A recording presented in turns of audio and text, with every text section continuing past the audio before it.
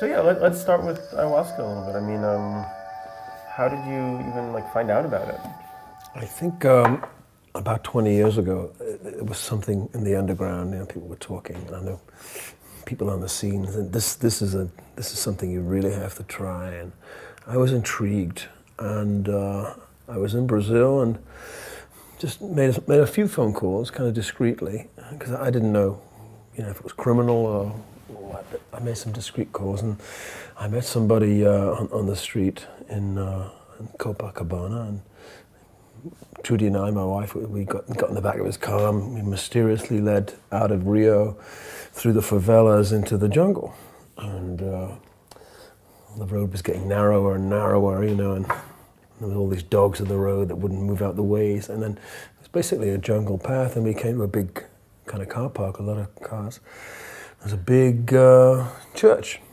It looked like a church. Anyway, there was a couple of hundred people in there wearing blue coats and green coats and kind of a uniform with stars on them. I thought, oh, this is some kind of cult. And I have sort of was immunized against religion as a child. I was brought up Catholic, and I'm not sure why I entered a church to have this experience. But nonetheless, we were there, and we sat down in chairs, and they welcomed us, and they handed out this brew, and it's about this much brown liquid. It smelled like something you'd get out of a sump outlet, like disgusting. And Trudy and I looked at each other and said, everybody's drinking it, so we did. I drank it in one.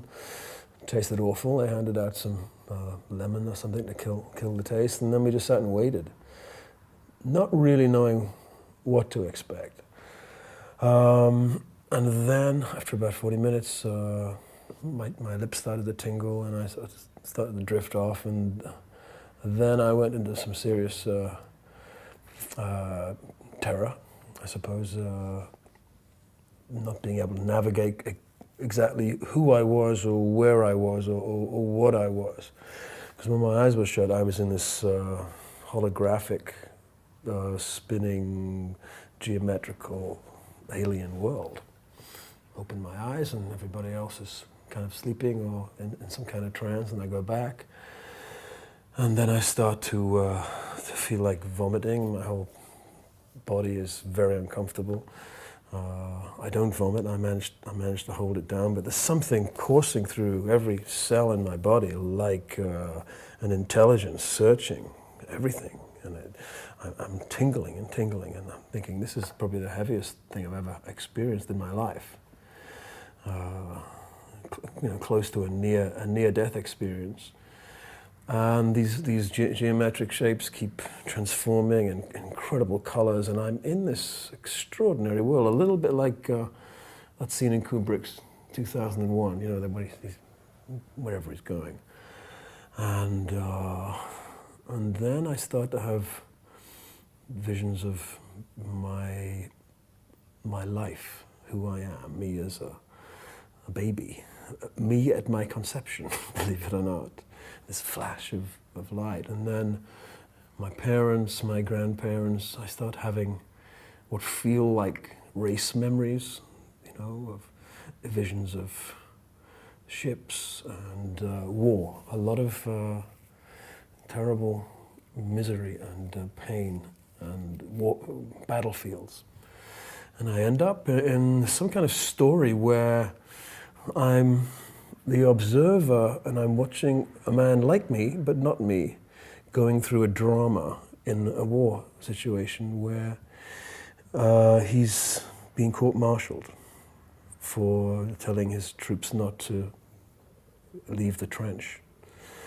And then he's shot by the very people he's actually saved. And at this point, I just start crying like a baby. I'm just weeping uncontrollably.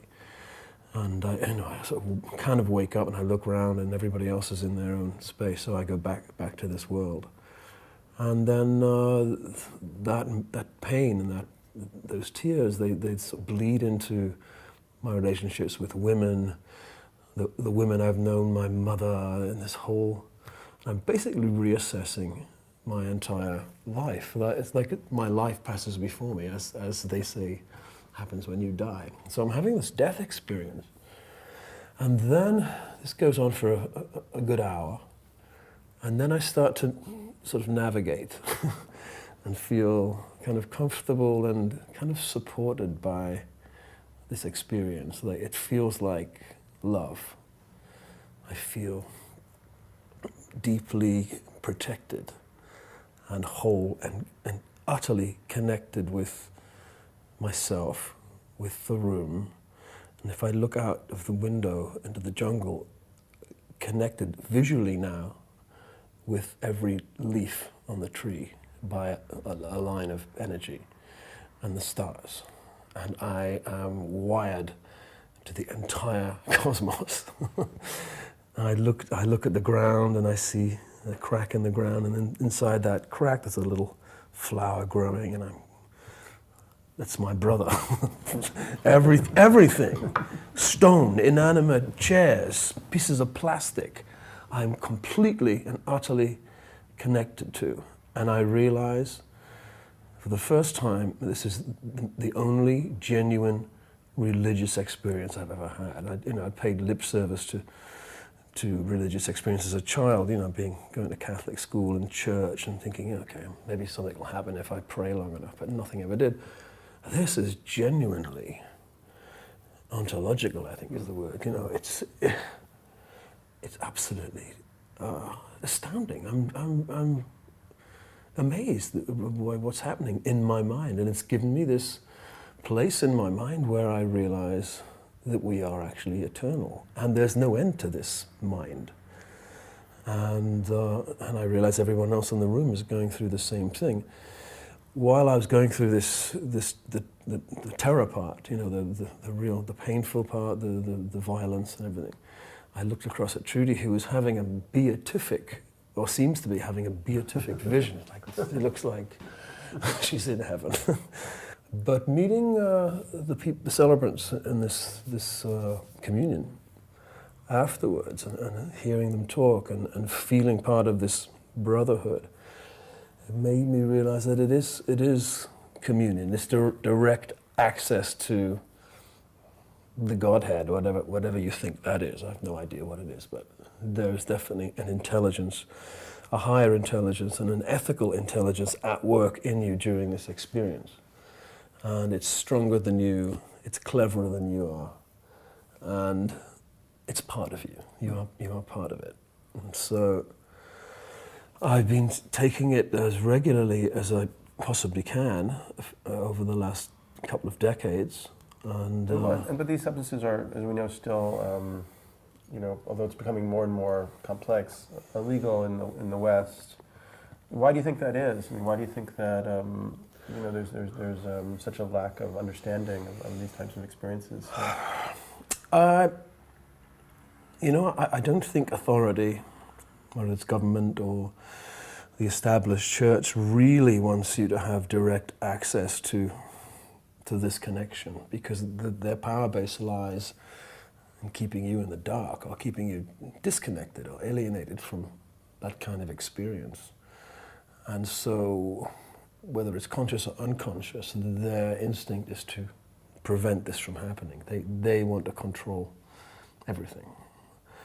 I wish it wasn't the case. I know that in the United States, surprisingly, this experience has become legal within the parameters of an organized church. The one that actually you worked with, yeah, the United Vegetal. The UDV is kind of a mestizo tradition, right? It's like where the sort of white and the Indian and the black culture kind of meet each other.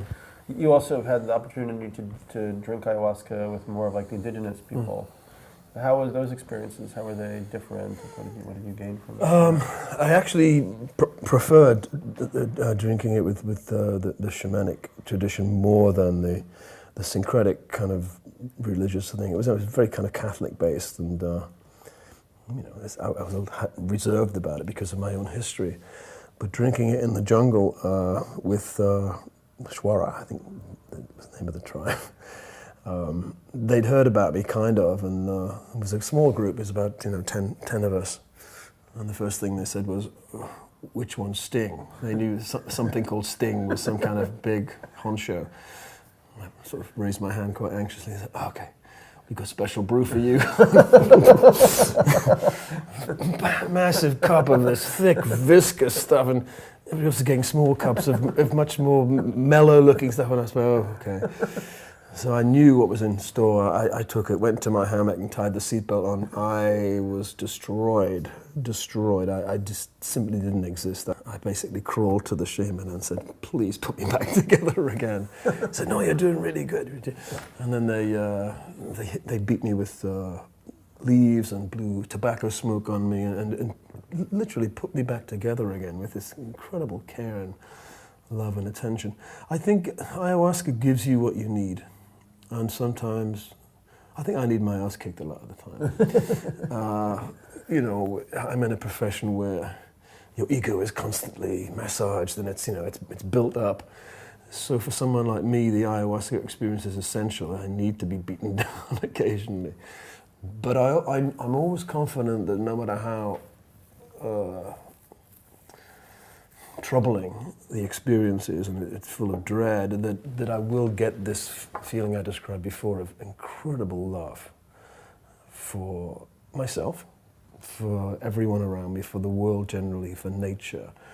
And that is a true religion in the real sense, reconnecting, you know, with who we are and actually what we are. We are not separate from nature. So I think it's a true religion. It's a genuine religious experience for me, not lip service. It's the real thing. And what do you think it sort of tells us or indicates about kind of like the nature of our consciousness and maybe the nature of like plant consciousness or plant sentience? Well, it feels that way. It feels as if you are somehow interfacing with a different kind of intelligence, a longer-term intelligence, a quieter, more watchful intelligence, like, you know, a tree. You know, I have lots of trees on my property in England, 400- or 500-year-old trees. I look at them now differently. I realize that they, in fact, are the guardians of this particular space. I'm just a tenant for a while. I have to look after them, but they somehow look after me, and that sounds kind of woolly, but you know, I'm a tree hugger. I'm a self-confessed card-carrying tree hugger. But once you get into that longevity of intelligence, you know, how you exist for all of those years, using all of that energy, giving out all of that energy is something very valuable to the human spirit. You know, we are connected to trees. We can't live without trees. I've always had this intuition anyway that we should save forests. That, you know, primal forest ought to be protected for many, many reasons, climate reasons, but spiritual reasons too. We need these. You know, the ancients used to call them dryads, these tree spirits. I think they exist, you know, if you're in the right space, or right state of mind. Now, had you already started the Rainforest Foundation when you had that ayahuasca experience, or kind of like, was that one of the It kind of happened at more or less the same time. I always had this instinct about nature that it should be protected. And, you know, I went to the rainforest before I'd had the ayahuasca experience, but it was kind of at the same time. And I suppose has informed our work since then. What have you been learning about like the rainforest these days? Well, your foundation works in a whole bunch of different countries, right? I think we're in 17 countries now. I mean, it seems like there's a lot of efforts to preserve, you know, what's left of the rainforest, but on the other hand, it doesn't really seem like, you know, it's going in the right direction at this point. No. No. We've had a lot of successes, and we're very proud of them. But the war goes on. You know, how do you convince people who are dirt poor not to chop their forest down when they've been offered lots of money to do it by corporations and the like? It's very difficult. But as I say, we've had enough successes to carry on and just to see that it does work, and people's lives have been protected through this legal work. And, really. And Trudy's been working on a film about the oil companies down there. She's been in Ecuador for the past year, dealing with the aftermath of big American oil companies' work there, leaving more toxic waste than Exxon Valdez left. and cancer is rife. People have no fresh water. The fish are dead. They can't grow food. There is oil everywhere. Babies are given, because there's no other choice, water that's polluted with oil, and the cancer levels are out of. This is a big legal case at the moment. They made. I mean, probably still in the U.S., most people, or maybe even in Europe, most people really don't have much idea what happens to these environments when the oil companies come in to supply this. They're basically destroyed for what is probably worth a couple of weeks motoring in the world. Right. And then you lose something that is priceless and has been there for millions of years and will never be replaced, all for the sake of driving a car. You know, I drive a car, I drive in planes, I'm as guilty as everybody.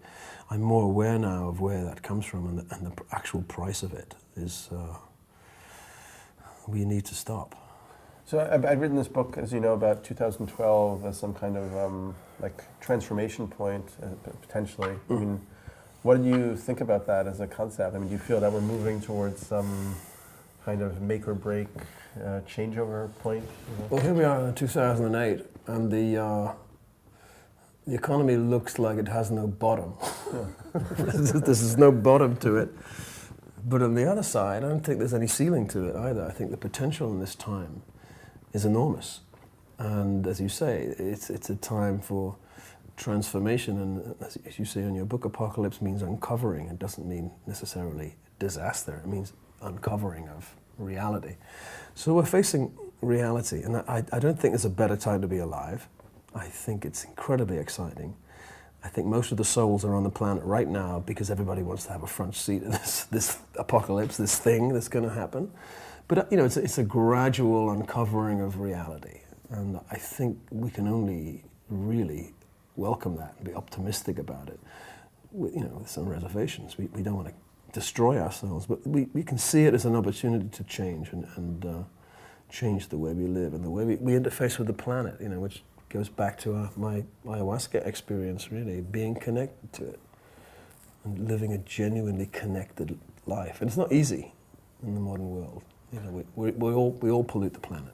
I mean, you come into contact with like so many communities from all like the traveling and touring and all this stuff. I mean, like the Hollywood community and the rock and roll community. Do you feel that there is some kind of development or evolution of like awareness, consciousness, like more sustainable behavior patterns? I think more and more people in my industry are part of that movement. And I think we've gotten over the idea that if you say you're for a cause, you're just some sort of self-serving, fantasist, that it's all about your ego or it's all about being more famous or whatever. I think we're over that. Everyone realizes that we are in crisis, and everyone has a part to play, even celebrities. So the work I do tends to be less visible. I prefer, we raise funds, but I stay away from the front line. I stay away from the cameras, because it's not helpful sometimes. As a celebrity, you can actually bring a lot of attention to a subject, and you can point at the moon, but people will be looking at your finger. As a celebrity, finger pointing at the obvious, So I raise funds. I leave the very complex work at the front line to experts. We're an NGO with some very, very able professional help, so that they don't need a celebrity on the front line. So to such an extent, I've been doing yoga now for well over 20 years, and I think it's given me another lease of feeling like a young, virile man. I'm 57. I feel like I'm 20. Mm-hmm. I have the energy of a 20-year-old, and that same kind of lust for life that I had then. I think largely through yoga, through being open to experiences rather than closing off and saying, I'm now finished. Mm-hmm. Mm-hmm. I consider myself, always have done, a student or a work in progress. Learning stuff interests me, and I think it's that mental thing of being willing to be out of your comfort zone a lot of the time to learn. I'm doing an opera at the moment in Paris. Not because I have any hubristic sense that I'm, now an opera singer at all. It's just I've been given the opportunity to learn something, performing on stage in costume, acting, not bumping into the furniture, and singing at the same time, to learn. And it's just taking yourself out of the comfort zone. It's like ayahuasca. You put yourself in the position of the pupil, and the master will come and bring you for a while, and then something new will appear, something will transform. I believe in that, and I think that's the secret to life. How much yoga do you do these days? Well, I do yoga and Pilates as an hour or two a cross day. training. Yeah. I do 2 hours a day, and I'm pretty fit. Yeah.